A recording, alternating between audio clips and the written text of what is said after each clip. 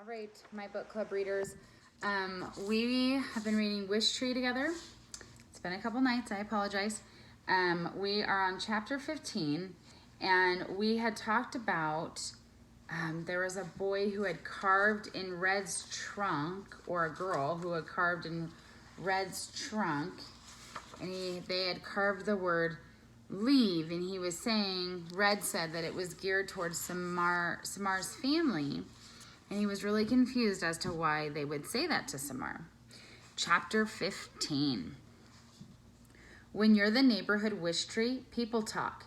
It didn't take long for folks to learn about the ugly word carved into my trunk. People stopped to stare. They gathered in little groups. They grimaced and shook their heads and murmured. By lunchtime, the police had arrived. I am not, as it happens, a stranger to law enforcement. A pair of calico kittens reside across the street. They love climbing up my trunk to my uppermost branches. Unfortunately, they don't love climbing back down. In the last 2 months, Lewis and Clark have been rescued twice by the fire department and 3 times by the police. Sandy and Max, the same police officers who'd rescued the kittens just last week, climbed out of their patrol car to check me out. They frowned. They searched the lawn for clues. They talked to passerby and took photos. Bongo, I whispered. I'm an official crime scene. She was not amused. The owner of the house, and therefore technically of me, was the one who'd called the police, Francesca. Tall and thin, with short, dove-gray hair, lived across the street. The blue and green houses had belonged to her family for generations. Francesca was also the owner of Lewis and Clark, my intrepid visitors. With a grim look on her face, Francesca strode across the street to talk to the police. Lewis and Clark squirmed in her arms. That tree, Francesca said to Sandy, who was taking notes on a little pad.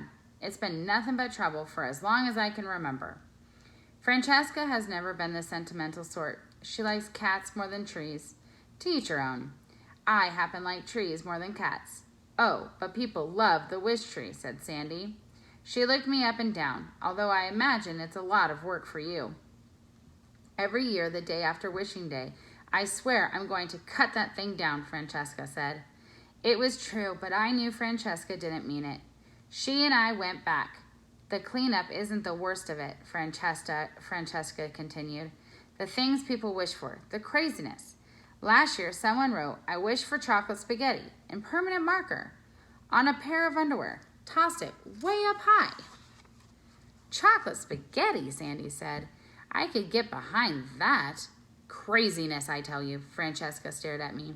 It's just a tree, after all. Just a tree. Just a tree seemed a tad unfair. But Francesca looked tired and angry, so I tried not to take it personally. Sandy closed her notebook. People believe what they want to believe about trees. She stared at the newly carved wood. About people, too. What now? Francesca asked. Dunno, said Sandy. The tree belongs to you, not the new family, and you've been here forever. Francesca smiled sadly. Suppose it could be me they're hoping will leave. They watched Max place a circle of yellow crime scene tape near my trunk, using metal stakes. Don't think so, Francesca, Sandy said. Max joined them. He stroked the kittens, who purred loudly. One problem in terms of prosecuting anyone, he said, is the history of this tree. It's almost May.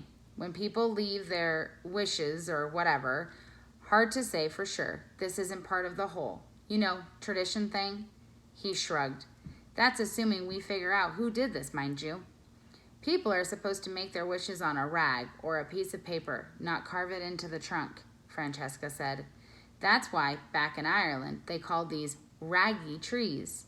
Nowadays, a lot of people just tie a tag around a branch and write their nutty wishes, she shrugged. In any case, leave is not a wish. It's a threat. It certainly is, Max agreed. Francesca nodded at the cracked and buckled walkways leading to both houses. Tell you one thing, Wishtree or not, this oak is destroying the walkways, messing with the plumbing too. Roots go on forever. She shook her head. Maybe it's really is time to cut it down. No more leaves to rake, no more Wishing Day mess, no more of this unkindness. Louis leapt from Francesca's grasp and dashed for my trunk. Sandy tackled him just in time. We'll finish up our investigation in a day or two. Be out of your hair, Max said. Then you'll be free to do whatever you want with the tree. You know, Francesca said, taking Louis from Sandy. My father almost cut this tree down years ago. My mother wasn't having it. Family lore or some such thing. Soft-hearted nonsense. She sighed. Guess it's up to me. Meantime, you keep us posted if anything else happens, Sandy advised. Francesca headed across the lawn, holding the kitten close. Leave, she murmured. What a world. What a world we live in.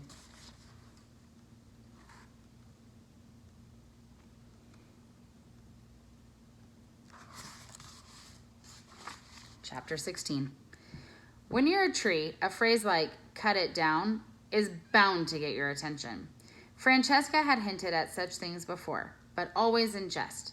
After a long October afternoon raking my newly shed leaves into crisp hills, or after a particularly messy wishing day, or after stepping on my acorns in bare feet.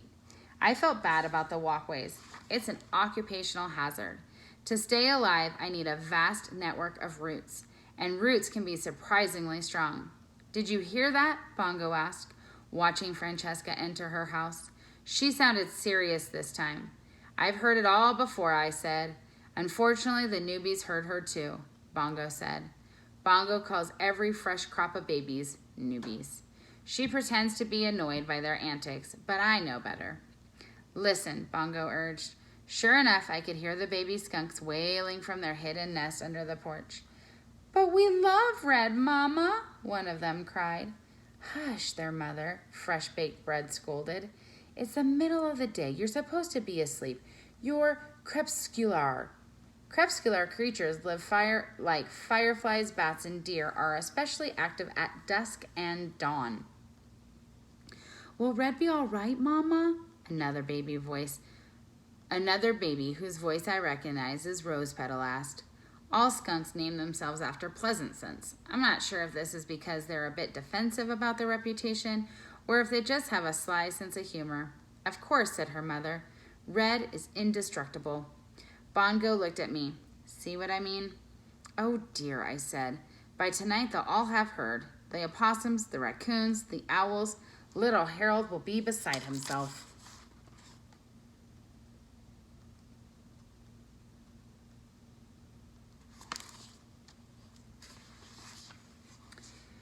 Harold was the smallest barn owl nesting and a great worrier. Barn owls give themselves sensible, no-fuss names. I'll talk to everyone, Bongo said. Calm them down. Tell them not to worry. I'm sure things will be fine, I said. I've seen a lot in my years, the things I've fretted about that have never come to pass. I could write a book, I paused. In fact, I could be a book. I paused again, because you know, paper is made of trees. Bongo gave a screechy crow laugh. She didn't even scold me for my lame joke. That's when I started to worry. As much as I was concerned about the baby's reaction to Francesca's words, I was more worried about Samar. What would happen when she returned from school and saw the word carved into me? Would she think it was meant for her and for her family, as Francesca and the police seemed to assume? She came home alone. Ahead of her by a few yards was Stephen. A reporter from the neighborhood newspaper was waiting on the sidewalk, interviewing people as they walked by. Word travels fast in our parts, especially when there's yellow police tape involved. Had they seen what had happened? The reporter kept asking. Had they ever made wishes on wishing day? What did they think the word leave meant? The reporter approached Stephen. Did he know why someone would carve leave into the beloved local wish tree?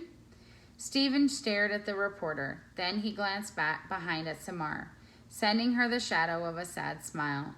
Without answering the reporter, he headed toward his house. Samar's eyes darted from Stephen to the reporter to me. She ran closer, saw the word, and gasped. She reached a hand toward me, but the police tape put me out of reach. Are you a resident? The reporter asked. Would you like to comment on the incident? Samar didn't say a word. She turned and walked up the sagging steps to the little blue house, her head held high, standing tall, reaching deep. Chapter 18. Around 6 that evening, Sandy and Max returned. When the police knocked on the door of the green house, Stephen's parents opened it and answered questions. They shook their heads, they shrugged, then they shut their door and closed the curtains. When the police knocked on the door of the blue house, Samar's parents opened it and answered questions. They rubbed their eyes, they sighed, then they too shut their door and closed the curtains. As Sandy and Max headed back to their cruiser, Sandy paused beneath them. "I wonder if we should make a wish," she said. "Might be our last chance." "I'll tell you what I wish for," Max said. "I wish I didn't have to investigate things like this." Sandy patted his shoulder. "I wouldn't hold my breath on that one." As for me, I spent the evening hours reassuring the parents and offspring who called me their home. They weren't just worried about where they would have to move, of course. They were worried about me. I was worried about me, too. I didn't want to leave the world I love so much. I wanted to meet next spring's owl nestings. I wanted to praise the new maple sapling across the street when it blushed red at sunset. I wanted my roots to journey farther, my branches to reach higher. But that is how it is when you love life. And I could accept that if my time had come, it had come. After a life as fine as mine, who was I to complain? I was worried about the babies, though, about their parents scrambling to find new, safe places to line their nest, dig their burrows, hide their winter stashes of acorns. Most of all, I was worried about Samar. I don't know why. Perhaps it was because she reminded me so much of another little girl from another time long ago. A little girl I'd managed to shelter successfully. Francesca's great-grandmother. Like I said, we go way back. Chapter 19. Long after midnight, Samar came to visit me. She wore a blue robe. Her dark, curly hair was pulled back in a loose ponytail. Her eyes held moonlight in them. She sat at the base of my trunk on her blanket.